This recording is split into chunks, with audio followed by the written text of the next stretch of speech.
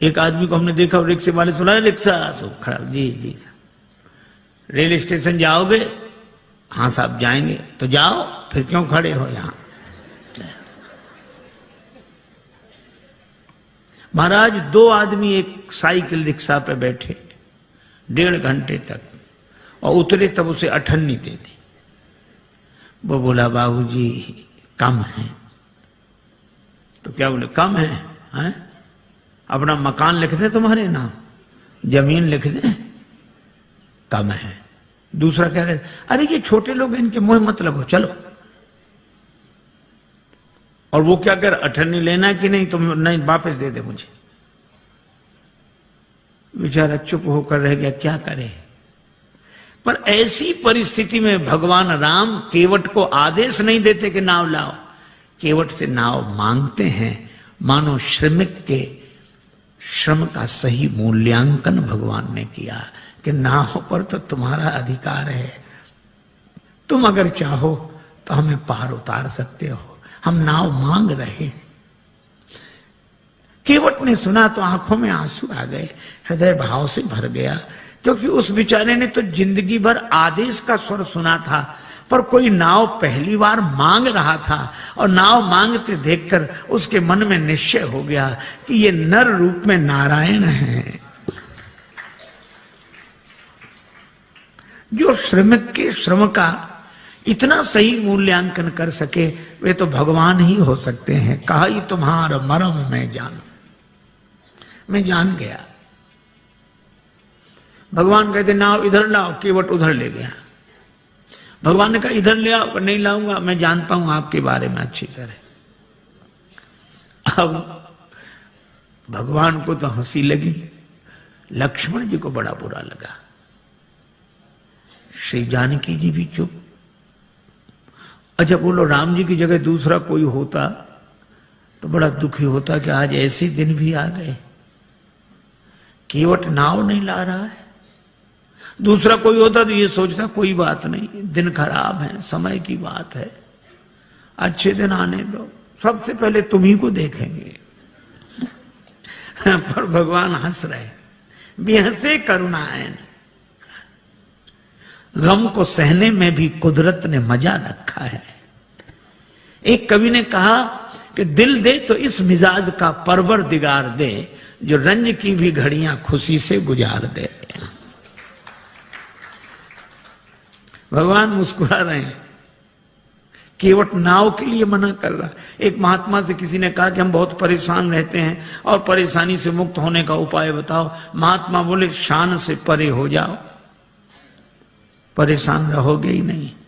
ये परेशान तो शान ही किए, हमें मना कर दिया, हमको हमको हमको, और हमारे लिए हम ही परेशान किए हैं। भगवान मुस्कुरा रहे हैं। और केवट क्या कर, हम आपके बारे में अच्छी तरह जानते हैं। ये जानना तो वैसे हुआ, एक अध्यापक ने अपने विद्यार्थी से कहा कि तुम्हारे पिताजी 5,000 रुपए हमसे उधार लें 3 रुपए प्रति सैकड़ा ब्याज की दर से, तो 6 महीने बाद कितना लौटाएंगे, हिसाब लगाकर बताओ। सो विद्यार्थी बोला सर 1 नया पैसा नहीं। तो अध्यापक ने कान पकड़ के तमाचा लगाया, बोले क्यों रे, तू हिसाब नहीं जानता, गणित नहीं जानता? विद्यार्थी बोला सर मैं तो हिसाब गणित जानता हूं, पर आप मेरे बाप को नहीं जानते, उसने जिसका लिया है दिया है आज तक, जो आपका ही देगा। अब कोई ऐसे कहे कि हम आपके बारे में अच्छी तरह जानते हैं, तो यही लगे कि ऐसा क्या हुआ जो ये जानता है। पर राम जी मुस्कुरा रहे हैं बेहसे, और श्री लक्ष्मण जी जानकी जी की ओर देखकर मुस्कुराते कि तुम भी मुस्कुराओ, काहे को ऐसे उदास क्यों हो। भगवान ने लक्ष्मण जी से कहा कि लक्ष्मण, ऐसा विचित्र भक्त देखा जिसे मैं बुलाऊं और ना आवे। लक्ष्मण जी तो मौके की तलाश में थे, खींच रहे थे। लक्ष्मण जी ने कहा कि प्रभु आपके जितने भक्त होते सब ऐसे ही होते, जो आपका कहना न माने वही आपके भक्त। भगवान ने कहा यही विचित्र भक्त है, दूसरा कौन? का दूसरे सुमंत जी। सुमंत जी रथ में बैठे, ये नाव में बैठा है। सुमंत जी को भेजते हो कि अयोध्या जाओ, और केवट को बुलाते हो कि नाव लेकर आओ। तो जिसे भेजते हो वो जाता नहीं, और जिसे बुलाते हो वो आता नहीं है। न ये कहना माने, न वो कहना माने।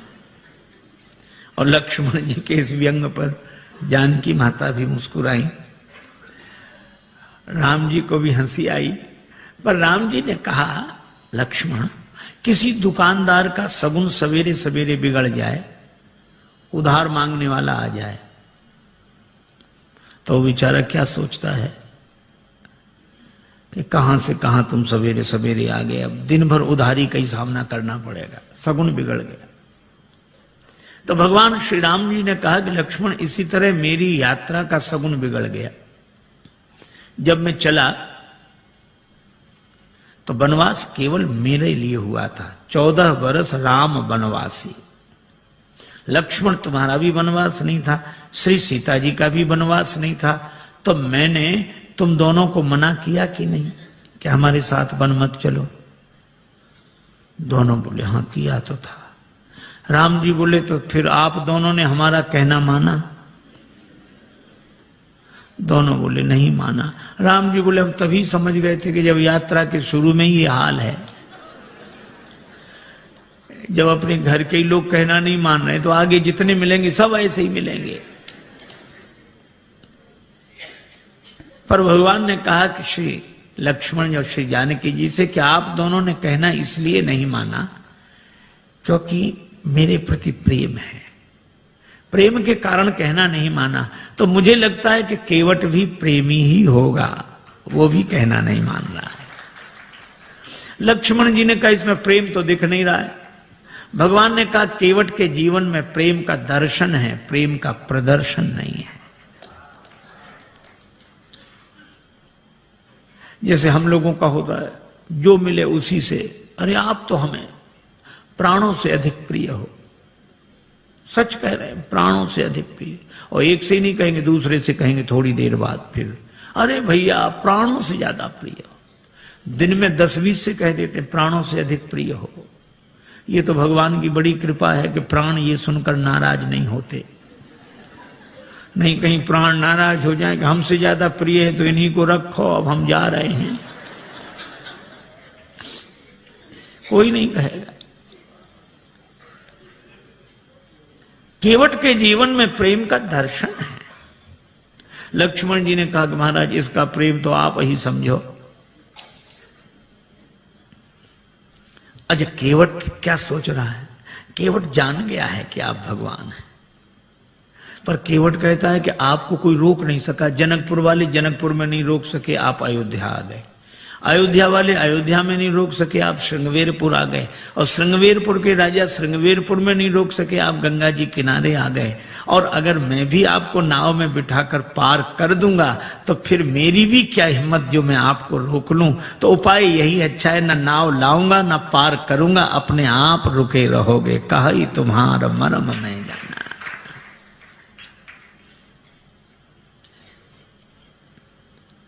भगवान से कहता है कि प्रभु महाराज आपके चरण कमलों की रज में ऐसा जादू है, मनुष्य बना देने की शक्ति है। शिला को चरण छुला दिया, नारी बन गई।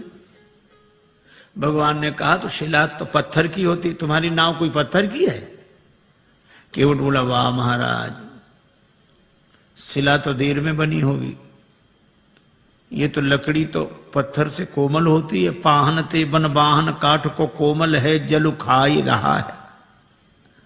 ये तो और जल्दी बनेगी, पानी में पड़ी हुई लकड़ी और कोमल होगी। भगवान ने कहा क्या उपाय क्या है, क्या चाहते हो? केवट बोला हम क्या चाहते हैं, आप पार जाना चाहते हो कि नहीं? भगवान बोले हमें तो जाना ही। तो फिर ये कहो आप चाहते हो पार जाना? हाँ तो जो प्रभु पार अवसिगा चाहो, मोहि पद पदुम पखारन कहो। अपने चरण कमल धोने के लिए कहो। भगवान ने कहा कि वैसे काम नहीं बनेगा। केवट बोला कैसे बनेगा? ये नाव बनेगी नारी यहां गंगा जी किनारे, और जब नारी बनेगी तो घर में बैठेगी। लेकिन जब ये घर में बैठेगी तो घर में जो पहले से बैठी है वो, उसको तो लगेगा कि नहीं कि नाव नारी बन गई, वह तो सोचेगी नाव बेचकर दूसरा विवाह करके लाया हो। और महाराज, घरनी घर क्यों समझाई हूं जू, उसको मैं कैसे समझाऊंगा? लक्ष्मण जी ने कहा हद हो गई, भगवान को समझा रहे और पत्नी को नहीं समझा सकते। केवट बोला महाराज अपने अपने अनुभव की बात है, भगवान को समझाना आसान है, बहुत कठिन है।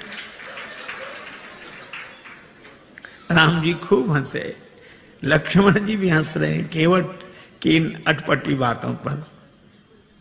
भगवान बोले तो और कोई उपाय? एक उपाय है। क्या? यही घाट ते थोड़िक दूरी अहे, कटिलों जल था दिखाई हो जो। थोड़ी दूरी पर कमर तक जल है, आराम से निकल जाओ। भगवान बोले वही ठीक, बताओ। केवट बोला वाह महाराज, अभी सवेरा हुआ है, यात्रियों का आना जाना शुरू हुआ है, हम आपको वो जगह बताने जाएं सब देख लेंगे, हमारी नाव में कौन बैठेगा, रोजी रोटी का सवाल है, ऐसा नहीं। तो फिर आप दिन भर रुको, जब सूर्यास्त हो जाएगा सब लोगों का आना जाना बंद होगा, मैं जाके बता दूंगा, फिर रात को निकल जाना, चाहे सवेरे निकल जाना। भगवान बोले लक्ष्मण चरण धुलाना ही ठीक है, यहां कहां रुकेंगे। केवट कहता है कि चरण धोने के लिए कहो। पात भरी सहरी सकल सुत बारे बारे, केवट की जाति कछु वेद ना पढ़ाई हो। पूरा परिवार मेरो याही लाग राजा जू हो, वित्तहीन कैसे दूसरी गढ़ाई हो। अगर ये नाव नारी बन गई तो फिर यह भी तो सोचो महाराज, कर पूरे परिवार का पालन इसी नाव से होता है, तो परिवार का पालन करने वाला साधन तो चला जाए और घर का एक सदस्य और बढ़ जाए। महाराज कृपा करो आप तो। अच्छा, अब इसमें एक बड़ा तात्विक संकेत है। केवट कहता है कि नाव नारी न बने। हम लोग भी व्यवहार का काम करते हैं, दुकान चलाते हैं, व्यापार करते हैं, पैसा लेते हैं, देते हैं। श्री तुलसीदास जी कहते हैं सब करो, कोई बात नहीं। केवट भी यही करता है, धंधा करता है, यात्रियों को बिठाता है, उस पार ले जाता है, पैसा लेता है। लेकिन इस केवट की सबसे बड़ी विशेषता एक है कि यह नाव तो चलाता है, लेकिन नाव गंगा जी में चलाता है।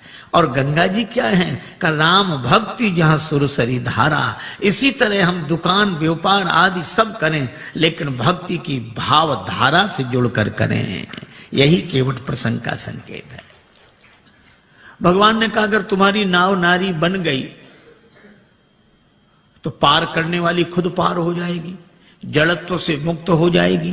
केवट बोला सो तो ठीक है, लेकिन नाव नारी बनेगी तो घर में बैठेगी, और इसका अर्थ कि मेरी बुद्धि अगर चैतन्य हो गई तो आत्मन्यो आत्मना तुष्टा के भाव से घर में बैठेगी, तो भक्ति की गंगा जी तो छूट जाएंगी।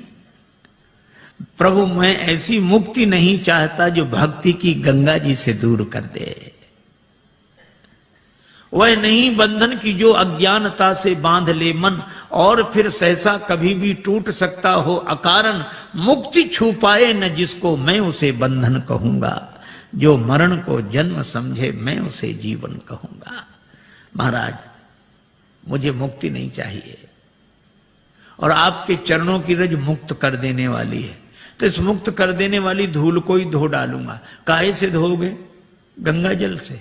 और कितना बढ़िया संकेत है कि इस मुक्त करने वाली रज अर्थात रजोगुण जन्य कामना को भक्ति के भाव जल से धो डालूंगा। मुक्ति नहीं चाहिए, सगुण उपासक मोक्ष न लें। भगवान ने कहा तो फिर धो लो चरण, क्या दिक्कत है? केवट बोला ऐसे नहीं धोऊंगा, कहोगे तब धोऊंगा।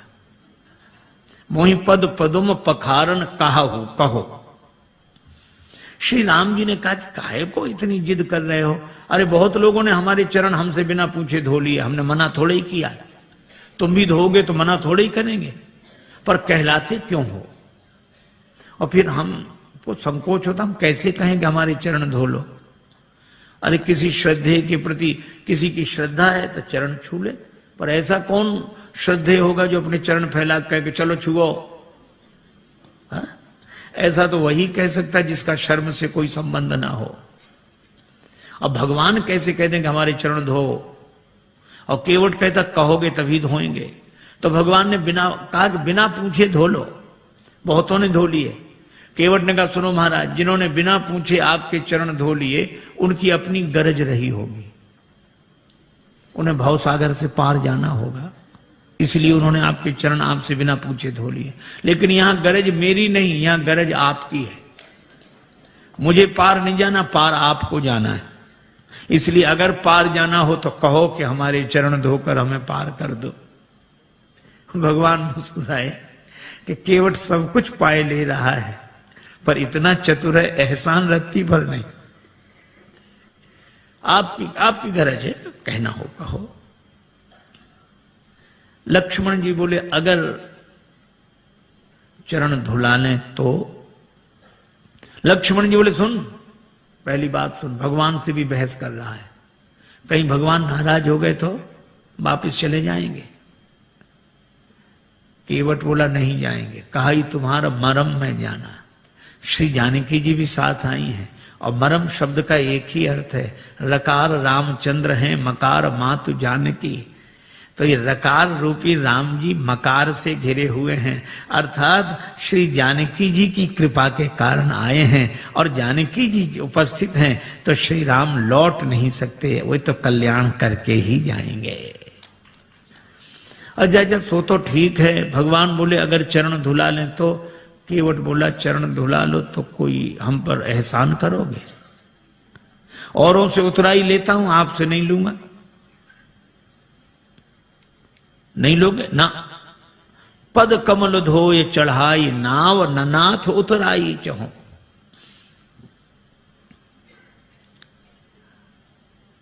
केवट का बेटा खड़ा था, बोले पिताजी ठहरो ठहरो ठहरो, इन्हें नाव में बिठाना ही मत। क्यों? चरण धो लेंगे, फिर क्या कठिनाई है? चरण छुलाने से तो शिला नारी बनी थी। केवट का बेटा बोला इनके हाथों से भी खतरा है।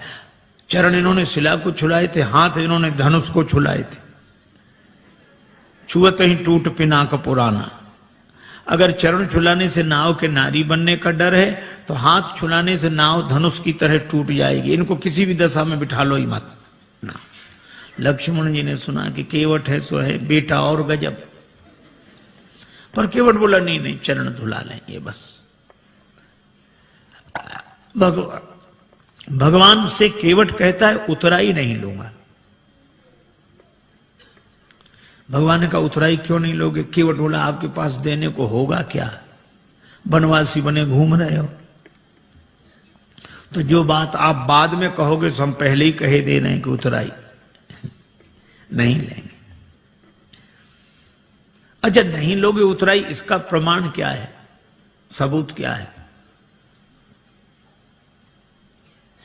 केवट बोला मोहे राम रावरियान दशरथ शपथ सब सांची कहो। राम जी आपकी सौगंध, महाराज दशरथ की सौगंध, सही सही कह रहा हूं।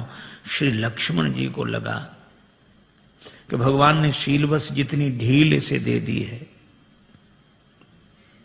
अब ये कोई बोलने का ढंग है कि हमारी बात बिल्कुल सही है, आपकी कसम, आपके बाप की कसम। बोलने में तो ऐसे ही लग रहा है, पर केवट ऐसे बोल नहीं रहा था। बोल नहीं रहा था, बोल नहीं पा रहा था। वो कह रहा था मैं आपकी सौगंध ऐसे कर रहा हूं जैसे दशरथ शपथ, भीष्म प्रतिज्ञा, बलिदान, इसी तरह ये शब्द है दशरथ शपथ। दशरथ शपथ की तरह मैं आपकी सौगंध कर रहा हूं। लेकिन बेचारा बोल नहीं पाया। लक्ष्मण जी को लगा कि अच्छा, धनुष पर बाण चढ़ाया, तैयार हो जा मरने के लिए। पर केवट उसी तरह बोला, बाण को देख, हाँ चलाओ चलाओ बाण, मार दो मार दो, मेरा परम सौभाग्य है, मारो तो बाण। लक्ष्मण जी को लगा ये मौत से भी नहीं डरता, तो इसको डराने का उपाय क्या है? तेरा परम सौभाग्य कैसे? केवट बोला, अभी थोड़ा ही पता लगेगा, मर जाऊंगा फिर जांच होगी, उस जांच में मैं बड़ा सौभाग्यशाली माना जाऊंगा। क्यों? मरूंगा हाथ से किसके? जो श्री रघुवीर का प्यारा है, राम जी के भक्त के हाथों मरूं। और मरूंगा किस जगह? जहां निर्मल गंगा की धारा है, जहां गंगा जी बह रही हूं। और मरूंगा सामने किसके? कि जिनका दास होता हूं, राम जी का भक्त हूं, राम जी के सामने मर रहा हूं। और मरूंगा किस खता पर? पांव करुणा निधि के धोता हूं, चरण धो रहा हूं। अगर इन पद पंकजों पर प्राण खो जाएगा केवट, तो मरकर भी जमाने में अमर हो जाएगा केवट। फिर क्यों ऐसा समय श्रीमान जाने दूं, न क्यों जाने की जीवन के सन्मुख जान जाने दूं। तैयार हूं, बाण मारो। सरकार को प्राण न ते प्रिय बंधु, वही मोहे बाण ते मारत है। मरता हूं कहां सुच गंग के तीर, शरीर सो प्राण सिधारत है। समूहे कही के सु विनीत सुनो, रघुनाथ सुनाथ निहारत है। अपराध यही इस दास का है, प्रभु के पद पद्म पखारत है। लोग यही कहेंगे कि राम जी ने लक्ष्मण जी से कह के उसको मरवा दिया, छोटे भाई से कह के मरवा दिया, राम जी की बदनामी होगी। और राम जी की बदनामी करानी हो तो चलाओ बाण, हमारा तो कुछ नहीं बिगड़ेगा। प्राण तो किसी न किसी दिन जाएंगे, पर ऐसा मौका मिलेगा नहीं। लक्ष्मण जी को लगा कि राम जी की बदनामी कराने थोड़े ही आए हैं, अब क्या करें। तो बाण फिर तूणी में रख लिया। कहने लगे, प्रभु इससे तो आप ही बात करो। पर केवट कह क्या रहा है? जब लगी न पाए पखारी हूं। इतनी देर से केवट क्या कह रहा था? चरण कमल रज कहां सब कहां, चरण कमल मोहि पद पदुम पखारन कहाओ। पद कमल धोए चढ़ाई नाव, पद कमल पद पद्म चरण कमल। और जब लक्ष्मण जी ने बाण चढ़ाया तो वो भी आवेश में बोला, जब लग न पाए पखारी हूं। भूल गया चरण कमल पद पद्म पद कमल पाए। जो स्वाभाविक होता है वो ऐसे अवसर पर निकल पड़ता है। एक आदमी किसी गांव में गया, वो गांव वालों से पूछता, क्यों भैया ये गांव रामपुरा है? तो गांव के लोग, बुंदेलखंड की घटना, ये रामपुरा है? तो गांव वाले कहें हाओ। अब वो समझे नहीं कि हाओ है कि रामपुरा। फिर दूसरे से पूछा, भैया रामपुरा? हाओ। तीसरे से पूछा, रामपुरा? हाओ। अब सब कहें हाओ। एक आदमी पढ़ा लिखा दिखा, उसने कहा कि भाई साहब ये गांव रामपुरा है? उसने कहा जी हां। हाँ, अब समझ में आया, यहां सब लोग हाओ हाओ करते थे, आपने जी हां कहा। तो वो बोला कि जो बिना पढ़े लिखे लोग हैं वे हाओ हाओ करते हैं, और जो पढ़े लिखे हैं वे जी हां ऐसे बोलते हैं। अच्छा, तो आप तो पढ़े लिखे होंगे? तो बोला हाओ। अब जो स्वाभाविक था सो निकल गया। अब लक्ष्मण जी को भी बड़ा अटपटा लगे, श्री सीता जी को भी, पर राम जी मुस्कुरा रहे। सुन केवट के बैन, प्रेम लपेटे अटपटे, बेहसे करुणाएं। भगवान हंसते हैं। बात भले ही अटपटी हो पर प्रेम में लिपटी हो तो परमात्मा को प्रसन्न कर देती है। राजस्थान के एक छोटे से गांव में एक महात्मा गए, सत्संग हुआ। एक सत्संगी नित्य आते थे। एक दिन उन्होंने प्रार्थना की कि महाराज यहां से और ज्यादा इंटीरियर में हमारा छोटा सा गांव है, मां आ नहीं सकती, उनको दर्शन देने चलो। महात्मा ने कहा ठीक चलते हैं। एक दिन गए, उस व्यक्ति ने मां से कहा कि मां महात्मा आए प्रणाम कर। तो बुढ़िया श्रद्धालु तो थी, लेकिन अपने टूटी फूटी मारवाड़ी बोली में बोली, गोरुजी थारे खुर छू। अब एक तो गुरुजी को गोरू जी कह रही थी और चरणों को खुर। महात्मा को बड़ा अटपटा लगा। अभी तो रोज चरण कमल सुनते थे, अब चरण भी कहती तो ठीक, पांव भी कहती तो ठीक, खुर। खुर तो पशुओं के होते हैं। तो महात्मा उसे प्रेम से समझाने लगे, माता जी ऐसे बोलती हो महात्माओं से, नरक जाओगी नरक। बुढ़िया इतनी सरल थी, वो ये भी नहीं जानती थी कि नरक क्या होता। उसको लगा कि महात्मा आशीर्वाद दे रहे हैं, सो हाथ जोड़ के कहने लगी, महाराज हमारा कहां भाग्य जो नरक जाए, नरक तो आप जैसे महापुरुषों को मिले हैं प्रभु। महात्मा खिलखिला के हंसने लगे। अरे ऐसी सरलता पर महात्मा क्या परमात्मा प्रसन्न हो जाते हैं। और भगवान दोनों की ओर देखकर मुस्कुरा रहे हैं। श्री राम जी का विवाह नहीं हुआ था, श्री लक्ष्मण जी युगल चरण धोकर चरणामृत लेते।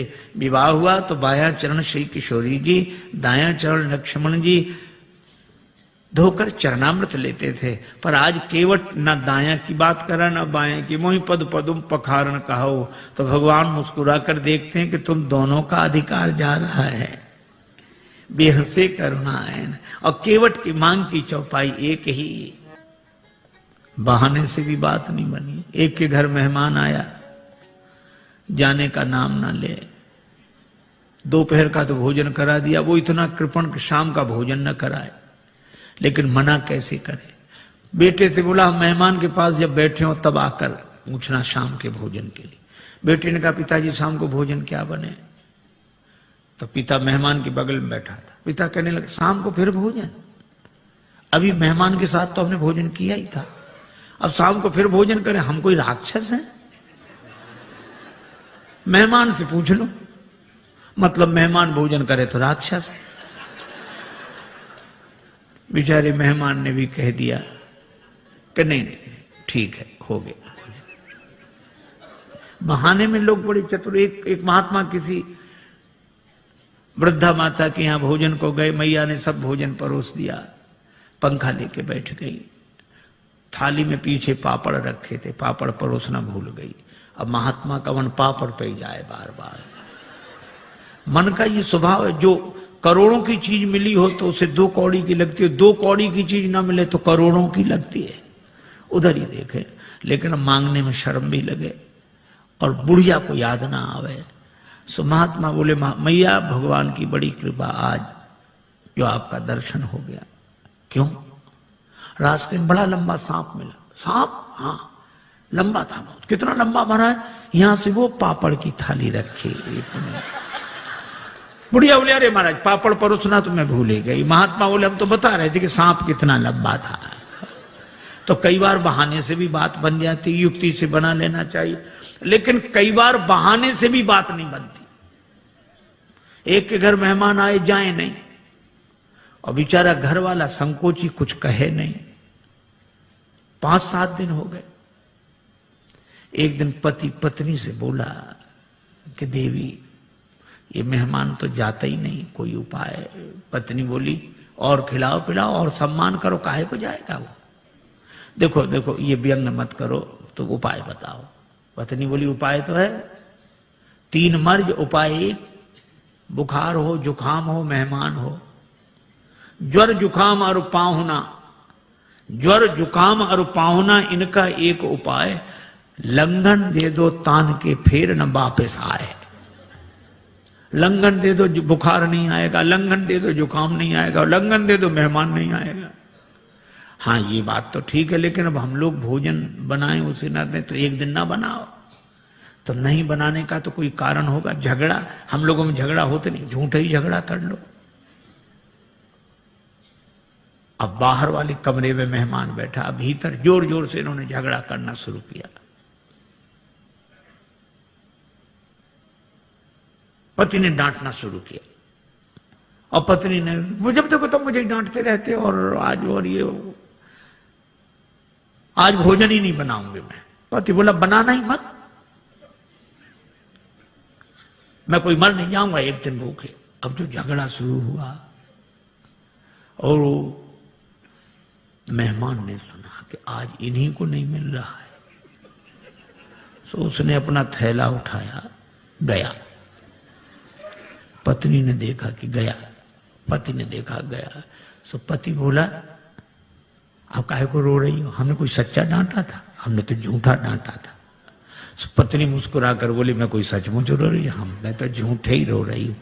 लेकिन आश्चर्य, तब तक मेहमान भीतर, हम कोई सच्चे गए थे, हम भी तो झूठे ही गए थे। कई बार प्रयास करने पर भी काम नहीं बनता। भगवान ने बड़ा प्रयास किया पर केवट बोला साफ साफ कहो, प्रबंध हो लो। प्रेम पराधीन प्रभु की यह अभय वाणी सुनकर केवट गया, कठौते में जल भर लाया। आहा, उस दृश्य को आप देखें। कठौता एक ओर रख दिया, बाईं हथेली आगे बढ़ाई, श्री राघवेंद्र का दायां चरण रखा और कठौते से जल छोड़ दिया, लगा धोने। मन में तो यही भाव है कि वही चरण जिन चरणन ते निकसी सुरसरी। बड़े भाव से चरण धो रहा लेकिन पता नहीं लगने दे रहा। श्री लक्ष्मण जी ने कहा कि अच्छा केवट, बड़े भाव के कारण चरण धो रहे हो? केवट बोला नहीं नहीं सरकार, हम तो नाव के कारण चरण धो रहे हैं, भाव के कारण नहीं। भगवान एक पांव से खड़े हैं, केवट बैठा, देवता भी आश्चर्य कर रहे हैं कि ऐसे भक्त तो देखे जो भगवान के सामने एक पांव से खड़े रहे, पर ऐसा भक्त नहीं देखा जिसके सामने भगवान ही एक पांव से खड़े रहे। बड़ी देर हो गई, भगवान ने कहा केवट चरण धुल गए? केवट बोला हाँ महाराज धुला तो, लेकिन तब तक भगवान ने चरण नीचे रख दिया। केवट बोला गड़बड़ी कर दी, चरण गीला था, पहुंच तो लेने देते मेरी इस फटी दुपटी से, आपने पहुंचने नहीं दिया, गीला चरण धरती में रखा, धूल लग गई, दोबारा धोना पड़ेगा। लक्ष्मण जी बोले हो चुके पार, चरण तो गीला रहेगा ही, इसमें धूल लगे इसे धुलाओ, उसमें लगे तो उसे धुलाओ, पर चरण ही धुलाते रहो, कभी दायां कभी बायां कभी। भगवान ने कहा रुको रुको, केवट से पूछने दो। केवट हम कब तक ऐसे ही खड़े रहे? केवट बोला सुनो सरकार, गौतम तीय तारण अधम उदाहरण है, प्रेम से पगों को पखारण मोह दीजिए, और धोए चरण को बिनु पहुंचे धरनी में धरो, लागी रज फेर भ्रम दुगुन ना कीजिए। दोबारा मेरे भ्रम को उत्पन्न न करें। रेखन में जड़े कण केते देख देख धोऊं। भगवान बोले हम एक पांव से कब तक खड़े रहें? आप एक पगते खड़े याते न खीजिए। जिन विचार जो एक ही पांव होता वे भी तो किसी का सहारा लेकर खड़े रहते हैं, वृक्ष का, डाली का, किसी आदमी का, लाठी का। भगवान बोले यहां कोई सहारा हो तो बताओ। केवट बोला है, चाहो अवलंब तो विनीत जू, विलंब बिनु नाथ मेरे माथ पे सो हाथ धर लीजिए। भगवान कहते हैं कि देखो कैसी चतुराई है। लोग कहते हैं हमें सहारा मिल जाएगा अगर हमारे माथे पे हाथ रख दोगे, पर केवट कहता हमें नहीं, अगर आपको सहारा चाहिए तो हमारे माथे पे हाथ रखो। भगवान ने केवट के माथे पर हाथ रखा तो बरस सुमन सुर सकल सिहाही, यही सम पुण्य पुंज को नाही। चरण धुले। भगवान ने कहा भैया चरण तो धुल गए, हाँ तो अब पार करो। केवट बोला अभी नहीं, आपके लिए घाट का नियम थोड़ा ही तोड़ दूंगा। नियम क्या है? जो पहले आते हैं उन्हें पहले पार करता हूं, बाद वालों को बाद में। भगवान ने कहा तो हम ही तो आए यहां पहले, और पहले से कौन है जो पार ना हुआ हो? हमें तो नहीं दिखाई दे रहा। केवट बोला अगर आपको दिखाई पड़ ही गए होते तो पार ही ना हो गए होते। कौन है? हमारे पूर्वज।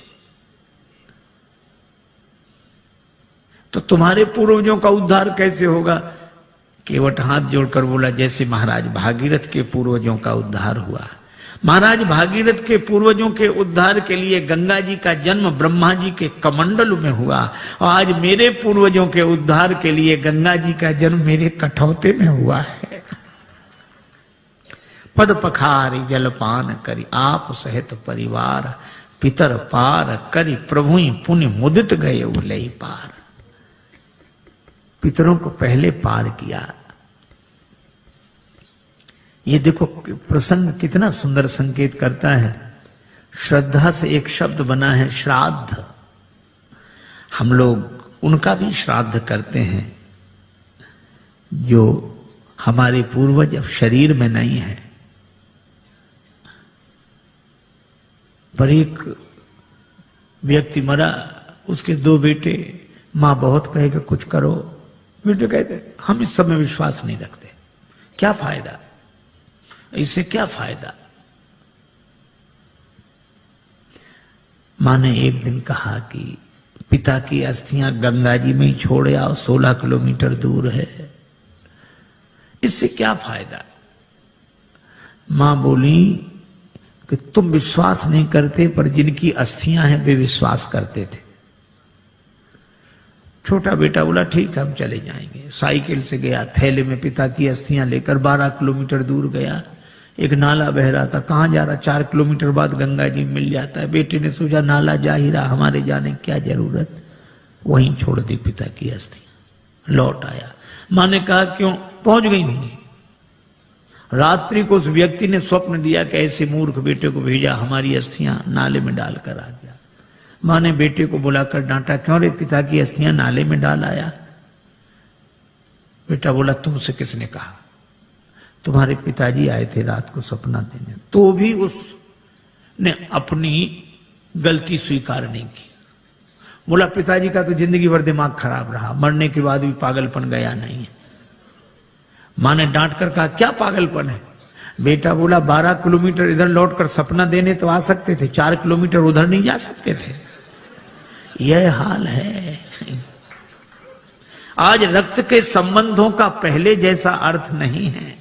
आज रक्त के संबंधों का पहले जैसा अर्थ नहीं है। तर्पण भी मिल ही जाएगा, ऐसी भी कोई शर्त नहीं है। लेकिन केवट का प्रसंग हमें सिखाता है, पितर पार करी प्रभु पुण्य मुदित गए लई पार। और भगवान के चरण कमलों को देखकर गंगा जी भी हर्षित हैं। इन्हें तज ब्रह्म कमंडल में अटकी रही भटकी शिवशीष, वर्ष केते बिताए हैं। और जो चरण छूट गए थे, केवट ने वही चरण फिर आ मिलाए हैं। केवट ने भगवान को नाव में बिठाया। अब कह रहा है गंगा जी की बालुका में पहले श्री सीता जी, फिर श्री राम जी, फिर निखात राज गुह, फिर श्री लक्ष्मण जी। केवट ने उतरकर दंडवत किया, चरण पकड़े। लक्ष्मण जी बोले वाह, उस तरफ तो अकड़ रहे थे, इधर तो चरण पकड़ रहे। केवट ने कहा वो तो घाट घाट का तरीका है, उधर पार नहीं किया था तो अकड़ कर रोक सकते थे, अब तो पार कर दिया तो चरण पकड़ कर ही रोक सकते हैं। पर भगवान को लगा कि इसे कुछ दिया नहीं। लक्ष्मण जी बोले क्या बात है प्रभु। राम जी बोले इसे कुछ दिया नहीं। अरे और क्या देंगे। कठिनता से चरण धोकर मिले कुछ बिंदु विधि हर को, वो चरणामृत स्वयं केवट के घर जाकर लुटाते हैं। ब्रह्मा जी को जो अवसर मिला, शंकर जी को और जनक जी ने जो अवसर पाया, ये केवट को भी वही मौका मिला। और क्या दोगे। भगवान बोले धीरे बोलो लक्ष्मण, ने उतराई की कौन कहे, चरण धुलाई भी देनी पड़ेगी। चरण भी तो हमने अपने मतलब से ही धुलाए थे। लेकिन दें क्या, कुछ है नहीं। कितना अद्भुत है यह प्रसंग। श्री जानकी जी प्रिय ही की सी जान निहारी, मन मुंदरी मन मुदित उतारी। मन मुद्रिका उतार कर प्रभु को दी, आप दे दो उतराई। राम जी सोच रहे हैं कि हमारे हाथ में कुछ है नहीं, केवट को दें क्या। पर श्री जानकी जी ने मन में सोचा और कहा कि प्रभु, मन ही मन कहा कि प्रभु आपके उस हाथ में नहीं, इस हाथ में तो है। श्री राम जी ने कहा कि तुम्हारा हाथ मेरा हाथ कब से हो गया। श्री जानकी जी ने कहा कि प्रभु जब से मेरे पिता ने मेरा हाथ आपके हाथ में दे दिया, उस दिन से मेरा हाथ आपका हाथ हो गया। उतार कर अंगूठी दी। यह आदर्श दाम्पत्य प्रेम का अनुपम उदाहरण। आप कल्पना करो, आज की परिस्थिति में अगर ऐसा होता, कोई घर छोड़कर वन में होता और साथ में पत्नी होती और उसे कुछ देना होता, तो बेचारे पति को ही कहना पड़ता कि वो ऐसा है, वो पत्नी के हाँ बोलो, क्या बात, बोलो बोलो, क्या ये अंगूठी। पत्नी क्या कहती, अपना तो सब बर्बाद कर ही बैठे, ऐसा स्वभाव, अब यही और बच्चे तो ले आग लगा दो, चाहे जो कुछ करो, ले यही होता। पर श्री जानकी जी कहती हैं नहीं। या कोई दूसरी भावना वाली देवी होती तो वो कहती अरे ये क्या देंगे, लो हम देंगे, केवट ले हो। पर श्री जानकी जी यह नहीं करती, राम जी को देती, प्रभु आप देता। भगवान ने कहा केवट उतराई ले लो, कहे कृपालु ले हो उतराई, केवट चरण गहे अकुलाई। महाराज नहीं चाहिए।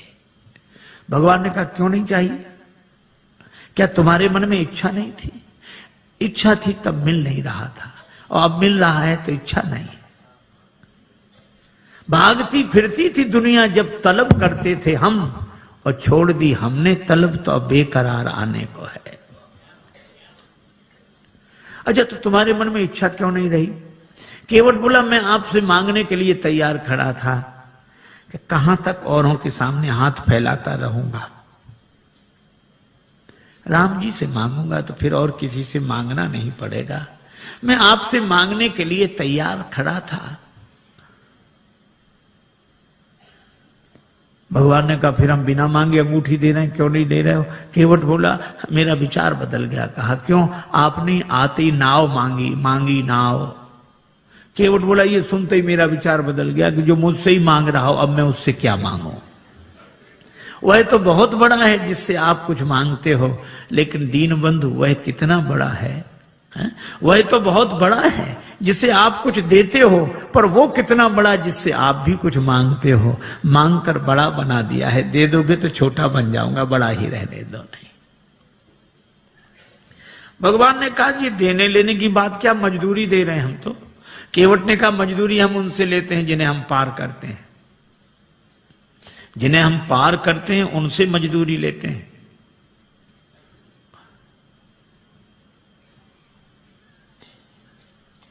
हमने आपको पार नहीं किया। श्री राम जी बोले पार नहीं किया तो हम पार आए कैसे? केवट बोला यही तो हम पूछ रहे हैं, कैसे आए? भगवान बोले नाव से आए। केवट बोला नैया से आए। हाँ, ये नैया किसकी थी?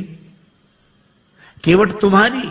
केवट बोला यही तो हम कह रहे हैं कि नैया तो हमारी ही पार लगी है, आप पार होने के लिए नहीं आए थे, हमारी नैया पार लगाने के लिए आए थे। आपने चरण रख दिया तो हमारी नैया पार लग गई। उतराई तो हमें देनी चाहिए, दे नहीं सकते तो ले कैसे लें? इसलिए प्रभु नहीं चाहिए। भगवान ने कहा कर ले लो। केवट बोला कि प्रभु वैसे भी नहीं ले सकते, हमारी आपकी बिरादरी एक है, हम लोग सगे भाई हैं। भगवान ने लक्ष्मण जी की तरफ देखा कि सुन ले। लक्ष्मण जी बोले अभी क्या और मोह लगाओ भाई, पता नहीं क्या क्या बनेगा वो अभी। भगवान ने कहा लक्ष्मण अभी पूछते हैं। केवट से कहा कैसे भाई?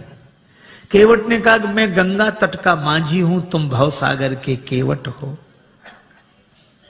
मैं इस भव सरिता के तीर में हूं, मैं इस सुरसरी के तीर में हूं, तुम उस भव सरिता के तट हो। आपका भी काम पार करना, मेरा काम भी पार करना। तो मजदूर कहीं मजदूरों से मजदूरी लेते हैं भैया, मल्लाह कहीं मल्लाहों से मल्लाही लेते हैं भैया। भगवान बोले तो हम किसी का कर्ज नहीं रखते। केवट बोला हमारा रख लो। क्यों? चुकाने दोबारा तो आ जाओगे। भगवान बोले हम ना आए तो? केवट बोला हम वसूल करने आ जाएंगे। कहां वसूल करने आओगे? केवट ने कहा अपने को ऋणी समझते हो तो ऋण तुम वहीं चुका देना। मैंने तुमको है पार किया, तुम मुझको पार लगा देना। मैंने पार किया, उतराई नहीं ली। प्रभु आप भी पार कर देना।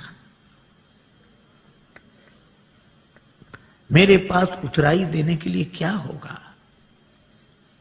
भगवान ने कहा सो तो होगा ही, लेकिन ले लो। केवट बोला आज मुझे क्या नहीं मिल गया? नाथ आज मैं काह न पावा, मिटे दोष दुख दारिद्र दावा। दोष मिट गया, मेरे पितरों का उद्धार हो गया तो पितृ दोष मिट गया। आप मेरी अटपटी बात सुनकर मुस्कुराने लगे तो मेरा दुख मिट गया, और आपने मुझसे नाव मांगी तो मेरी दरिद्रता मिट गई। सचमुच ये निराले भक्त होते हैं जो कुछ नहीं मानते।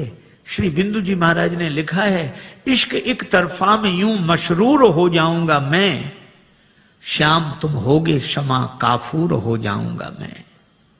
और मैं अगर मांगू जो तुमसे, मुझको तुम देना न कुछ, वरना फिर प्रेमी नहीं मजदूर हो जाऊंगा मैं अगर देखूं तो देखूं, मैं अगर चाहूं तो चाहूं, तुम ना मुझको चाहना। तुमने अगर चाहा तो फिर मगरूर हो जाऊंगा मैं अगर देखूं तो देखूं, तुम ना मुझको देखना। तुमने अगर देखा तो फिर मशहूर हो जाऊंगा मैं। और मैं अगर तड़पूं तो दृग से बिंदु टपकाना ना तुम, वरना आंखों से तुम्हारे दूर हो जाऊंगा मैं। कुछ नहीं चाहिए, कुछ नहीं चाहिए। लक्ष्मण जी ने कहा कि मैं कहता हूं। लक्ष्मण जी बोले केवट ले ले ले ले उतराई। केवट बोला सरकार में वचन दे चुका था, ना नाथ उतराई चाहो। लक्ष्मण जी बोले भगवान को भी वचन का प्रवचन दिए जा रहा है, ले ले उतराई, ले ले ले ले। केवट ने हाथ जोड़कर कहा छोटे सरकार, हमारा वचन आपके बाण की तरह नहीं है जो धनुष पर चढ़ तो जाता है और फिर उतर जाता है।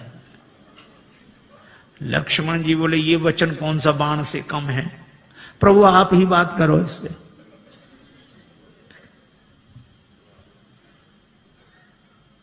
श्री जानकी जी ने कहा कि प्रभु हमारी ओर से कह दो। बहुत कीन प्रभु लखन सिय। श्री जानकी जी की ओर से राम जी ने कहा कि केवट उतराई ले लो। श्री किशोरी जी की अंगूठी है उनकी ओर से। अब तो हंसते रहने वाला, हंसाते रहने वाला केवट भावुक हो गया, नेत्र भर आए, हाथ जोड़कर बोला प्रभु मैंने आपको पार बाद में किया है, पहले आपके चरण धोए, और मुझसे पहले भी आपके चरण किसी ने धोए थे, महाराज जनक ने। और महाराज जनक ने आपके चरण धोकर अपनी बेटी जानकी आपको अर्पित कर दी। मैं कैसा चरण धोने वाला जो उसी बेटी की अंगूठी उतराई में ले लूं? मैं दे नहीं सकता तो ले कैसे लूं? केवट के आंसू भर आए और श्री जानकी जी को गंगा जी किनारे भी अपनी मिथिला याद आ गई। भगवान ने कहा केवट तुम कुछ नहीं लेते तो मुझे दे दो। प्रभु आपको क्या दूं? मुझे आज्ञा दो तो मैं जाऊं आगे। केवट ने कहा कि प्रभु इतने काम सब अटपटे उल्टे होते रहे, तो एक काम और, क्या आप ही मुझे भेज दो। क्यों? ताकि मुझे ये लगे कि भगवान मेरे घाट पर है, कहीं नहीं गए हैं, मैं इसी भाव में डूबा रहूं। और फिरती बार नाथ जो देवा, सो प्रसाद में सिर धरी लेवा। बहुत कीन प्रभु लखन सिय, नहीं कछु केवट ले, विदा कीन करुणा यतन भगति विमल बर दे।